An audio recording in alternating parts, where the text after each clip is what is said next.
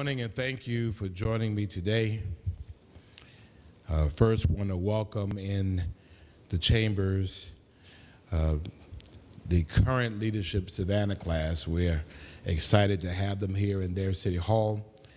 I am a proud graduate of Leadership Savannah when we had two-year classes, and I'm proud to be a part of the best class ever in Leadership Savannah, which was a class of 1996 to 1998. And then I was vice president of Leadership Savannah from 1998 to 2000. So everyone who's doing anything significant in our community has come through Leadership Savannah. We are, I believe, the second oldest leadership program in the country. We're very proud of that, but more importantly, we are proud of the amazing core of not only emerging but existing leaders that are in and have gone through Leadership Savannah. So my thanks to Jennifer Davenport, particularly our Chamber of Commerce that sponsors it, those who nominate, and then those who've given their time to learn about the community. So glad to have you all here.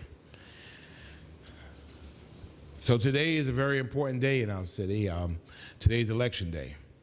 The primary election is going on today, and I've been dealing with some issues that have been reported to us. We've understood that they are issues or polls being out or some varying degrees at Moses Jackson, at WW Law, at the Ralph Mark Gilbert Civil Rights Museum, and the Temple of Glory. It's important to say at the onset the city of Savannah does not run elections. So we were merely a repository for the information, and then we passed the information on to the Board of Elections and voter registration to hopefully help them expedite getting this fixed. It's important, it's essential that we get this right. You know, that's the hallmark of making sure that people have access, and if you have people with very limited time, the last thing they need is to be to a polling station and the polls don't work. But I'm glad I early voted, so I don't have to worry about that today for myself. We've had above average turnout for early voting, and we want to continue having a strong showing for these very important primary elections. I won't tell folks who to vote for because I'm not on the ballot, but we'll tell people to go ahead and make sure that they vote. Savannah, we have started a paradigm shift in the state in which we are letting people know that the coast counts. And so we've had candidates coming from across the state, spending time here, and I'm glad about that. And we have to make sure that our voices are heard. Polling locations open at 7 a.m. and they will close at 7 p.m. If you're unaware of your polling location, you can go to mvp.sos.ga.gov, mvp.sos.ga.gov, and you can find your polling location as well as a sample ballot. Also this week, many individuals, is a great time as they have the pleasure of watching their sons, their daughters, nephews, nieces, grandchilds, children, or close family member walk across the stage to get their high school diplomas. And so this momentous occasion marks the end of an era, a K-12 experience and the beginning of what we hope is a prosperous, fulfilling, and happy life. I've had the opportunity to go to a couple of them. There's one going on as we speak, and then some today, tomorrow, and for the rest of the week. And so I'll be in attendance at many of them as I have young people that I love dearly that are graduating. I want to congratulate everyone on graduating this week. It used to be a foregone conclusion that you would graduate. Well, it's not that easy. And these young people have experienced the most difficult of times, and so I'm very, very proud of them, very proud of what they've been able to accomplish, and their city is very proud of them. And we cannot wait to see the best lives that you're going to live and the best ways you're going to contribute to our city. If you know a graduate, we want you to tell them that the mayor said congratulations and let them know how proud I am of them. It's also the time of what's called bridging ceremonies for lower grades. So I had the pleasure of speaking at bridging ceremonies at Pulaski Elementary School on Friday and at Garrison School for the Performing Arts last evening. And so we congratulate those that are bridging from kindergarten to first grade, from 5th to 6th grade, or from 8th to 9th grade to high school. And a special congratulations to the members of the Savannah Youth Council, which have all bridged from the 8th to the 9th grade. In the more good news department is Vegas, baby. I had the great opportunity to participate in the announcement of the National Hockey League affiliate and the American Hockey League affiliate of our very own Savannah Ghost Pirates. The Vegas Golden Knights and the Henderson Silver Knights will now connect and are now connecting with the Savannah Ghost Pirates. And we've also announced our first head coach, Rick Bennett, a NHL veteran who will lead us to what I've told him is our very first championship in our very first year. That has to happen or he has to go. I'm also very heavily investigating the possibility of a direct flight from Savannah to Vegas, and it just makes sense. And what happens in Vegas stays in Vegas. In more good news department, the city manager and I were hot but happy to be in Ellabelle Friday for the announcement of Hyundai Motors building a $5.5 billion manufacturing facility at the mega site a little over 30 miles from here. This site will ultimately employ 8,100 workers, and they will be building an electric vehicle assembly plant and an adjacent EV battery factory, making it the largest single economic development project in Georgia's history. We're so excited about it because we had skin in the game. The city of Savannah provided water resources to the mega site, which makes this deal happen. If we're not in it, it doesn't happen. So we're not selfish. We recognize that if the region does well, we do well, and if we do well, the region does well. So this is an excellent example of regional, multi-jurisdictional collaboration and cooperation, and hopefully more to come. This is a win-win for our city, but the challenge now is that we know what's coming, and so we have to work with our educational institutions to ensure that we have a prepared workforce that's ready to take advantage of this phenomenal opportunity. And we have to start doing that now. We have to have adequate housing stock for people to live, and we must have transportation to ensure that people can get to and from the facility. And we're challenged by just having adequate transportation to and from Chatham County.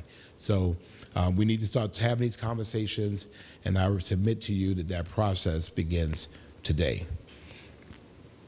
And in the caution department, although things appear to be back to normal, I still caution our community that COVID is still with us and among us.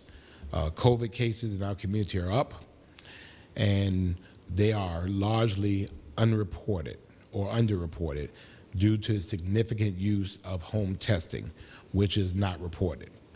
Fortunately, we have not seen yet a significant increase in hospitalizations, which is that metric that we're looking at, or death, and cases generally seem milder, particularly among the vaxxed or boosted folks.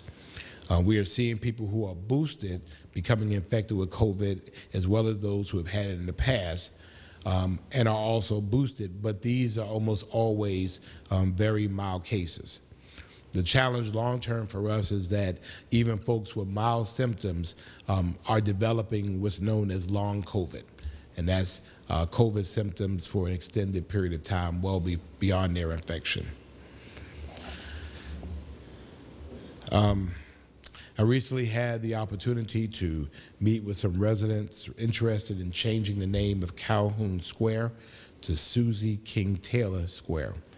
As you're aware, we have a process that requires the majority of the adjacent property owners to support a name change, and I was informed by this group that they have secured the number of signatures needed. So I've encouraged them to move forward in the process.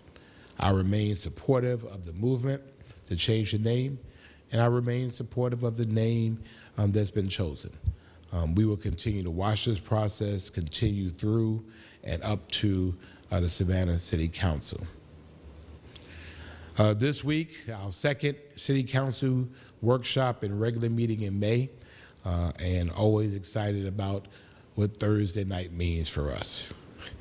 During our workshop, the Capital Projects Management will give an update on the status of several capital projects and highlight several active projects. And updates will include information on the Hudson Hill Community Center project, the Grant Center Gymnasium project, the Delaware Center renovation project, just to name a few. Our regular meeting consists of many purchasing recommendations that the council will have the opportunity to vote on. Among the purchasing items, City Council members will consider the authorization of the renewal for Microsoft Enterprise with Insight Public Sector for $1.4 million or so, almost 1.5. The Department of Innovation and Technology Services will use this agreement to continue providing core business productivity solutions needed by the city. Council members will also vote on a recommendation to execute a contract for 2 pipeline inspection vans with Environmental Products Group for $763,400. The Water Reclamation Division will utilize these vans to perform regular water pipeline inspections and maintenance throughout the city. Council will also consider the execution of a contract for 10 traffic calming devices with Traffic Logics for $82,790 to address traffic calming requests in residential areas. As you know, we had this discussion a couple of weeks ago. City manager and I have talked in depth about this. And so we found an opportunity to at least provide some relief and some equity in this process. So we're moving forward with that, and I'm submitting more is to come. I'm also excited that after decades, this council will have the opportunity to approve a facility sharing agreement with the Savannah Chatham County Public School System. We believe that public facilities are public facilities, and public facilities belong to all of us. And so we have schools in almost every neighborhood of our city, and the public wins when we can share these facilities for our mutual benefit. We've been working on this for months, and I am pleased that we have reached terms that the Board of Education passed at their last meeting, and hopefully that we will be able to pass at this meeting this Thursday.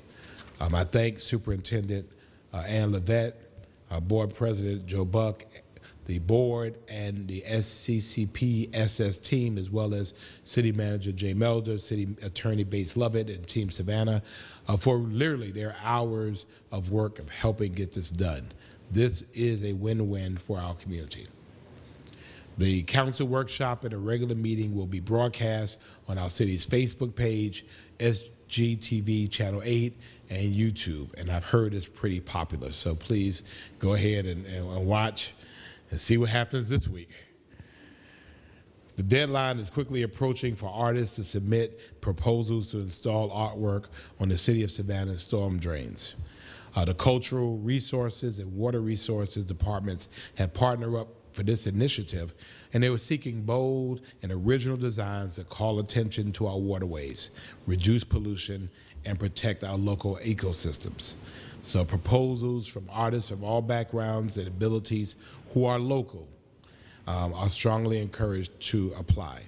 You can find out more information about this program, and you can apply online by going to www.savannahg.gov/storm-drain-art, one word, www.savannahg.gov/storm-drain-art. And the summer is here. So Summer Fun and Safety 2022 is on the horizon, and we want to remind everyone that we have our younger generations in mind, covered with a plethora of activities to take part in, from jobs to camps to pop-up activities, and there will be something for everyone. Our swimming pools are now open, and we are encouraging water safety, and you can go to our website, savannahga.gov/aquatics, savannahga.gov/aquatics, and I'm going to learn to swim this summer. I am, for real. Last week we announced, I won't drown though. Last week we announced yet another camp added to our lineup for fun activities for our youth this summer. And so 3 cheers for our chair camp, which will be for ages 5 to 15. Registration is now open and takes place daily at the Paulson Softball Complex between 9:30 a.m. and 5:30 p.m. And for more information, you can contact Betty Burns at 912-351-3852, 912-351-3852. The deadline to apply for the WorkSource Coastal Summer Employment Program is this Friday, May 27th. Participants can earn up to $4,500 working 25 to 30 hours per week for their summer work experience or internship. If you are a young adult or you know of a young person between the ages of 16 and 24 looking for a summer job, please visit or encourage them to visit WorkSourceCoastal.org to apply. WorkSource Coastal. For information on all of our summer camps, pop-up activities, and employment activities, please visit www.savannahga.gov/summer-fun. Applications are now also available for the Emerge Job Training Program.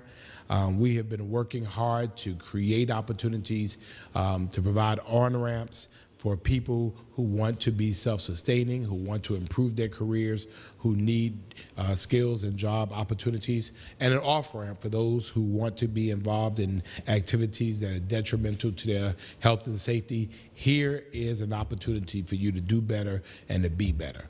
And so we have employment training scholarships for income-eligible residents of Savannah. Eligibility is based off of the U.S. Department of Housing and Urban Development Income Guidelines. The Child Development Associate Training Program will assist 80 qualifying Savannah residents, 80, over 2 years, earning a nationally recognized certification that will allow them to advance their careers in early childhood and education.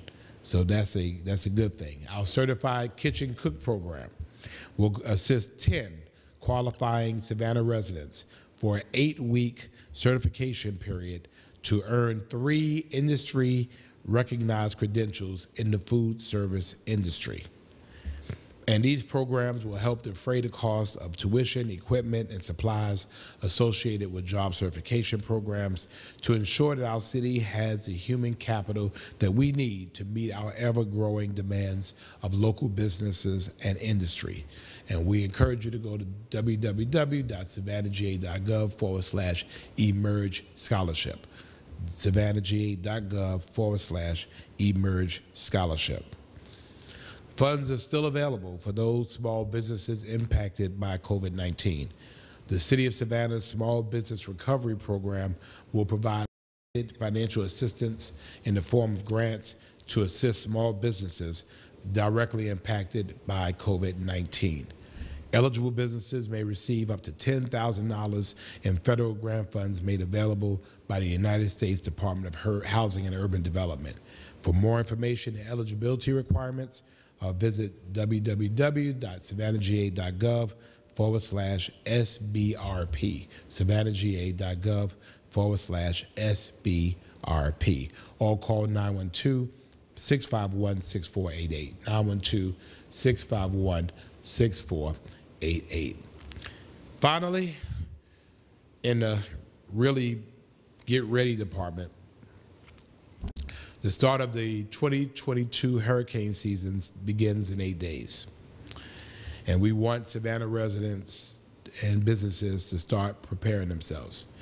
We have been so blessed over the last 2 years, particularly in a COVID environment, that we have not had to evacuate and have not really faced the threat of severe weather. We know for the 2 years prior to 2019, we've had to evacuate the city. Now is the time to have a plan. Review your family's disaster plan and make sure you know where to go if you're told to evacuate. The folks you used to go and see in Atlanta may not want you back. So you need to make sure you know. And I've heard of that. People just kind of show up. Hey, we're here for a couple of days. Know where you're going to go. Know how you're going to go. How you're going to get there. How do you take care of our seniors? How do you take care of your pets?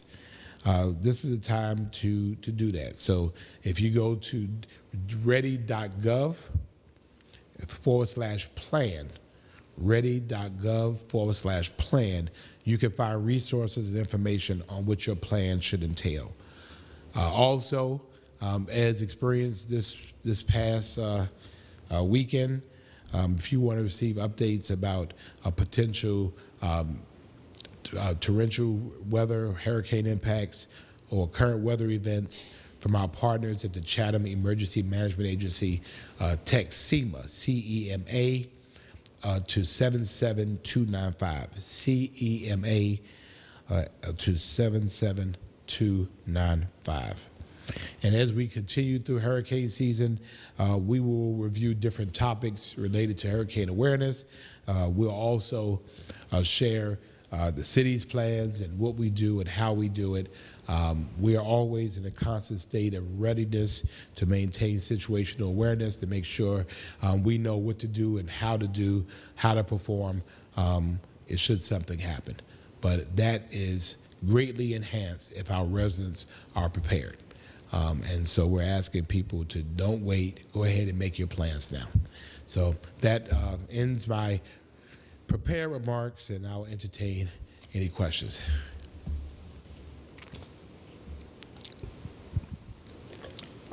So OC Welch has raised the reward to $10,000 for anyone with information regarding the shooting of the 15-year-old girl in Yamacraw Village.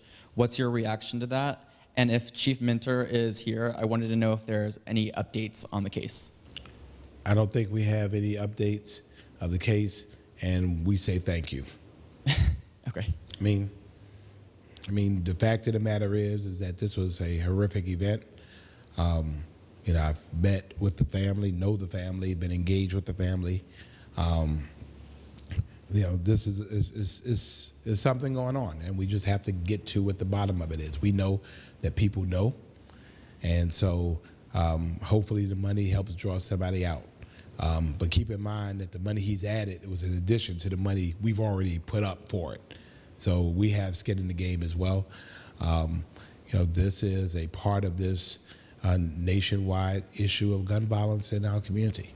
And people have to get fed up enough to say that this is enough, and that people who pull triggers should not be on our streets. As I said before, I've sent letters to our superior and state court judges, as well as our U.S. attorney and our district attorney.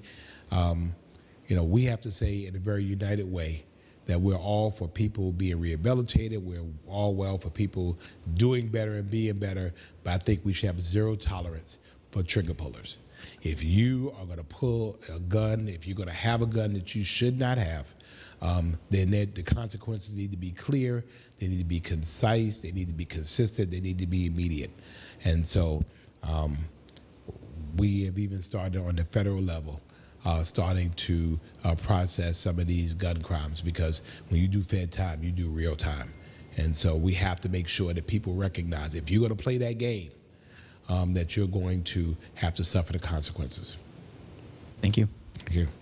And we have at the funeral today, a young man I knew that was a part of the road rage incident on Bull and Broughton Street. So again, young lives, it makes no sense. But we have to turn down the temperature in our community. We have to teach young people that there are better ways of dealing with conflict. I get cut off in my car all the time. I mean, and now, I take a deep breath. You may not get cussed out as quick, because the fact of the matter is you don't know what people have going on with them. And again, people have these hairline triggers, and next thing you know, it changes into something else. So, the summer is coming. We have to get folks who want to do harm or engage in that life off of our streets, and so we're committed to being able to do that. Thank you.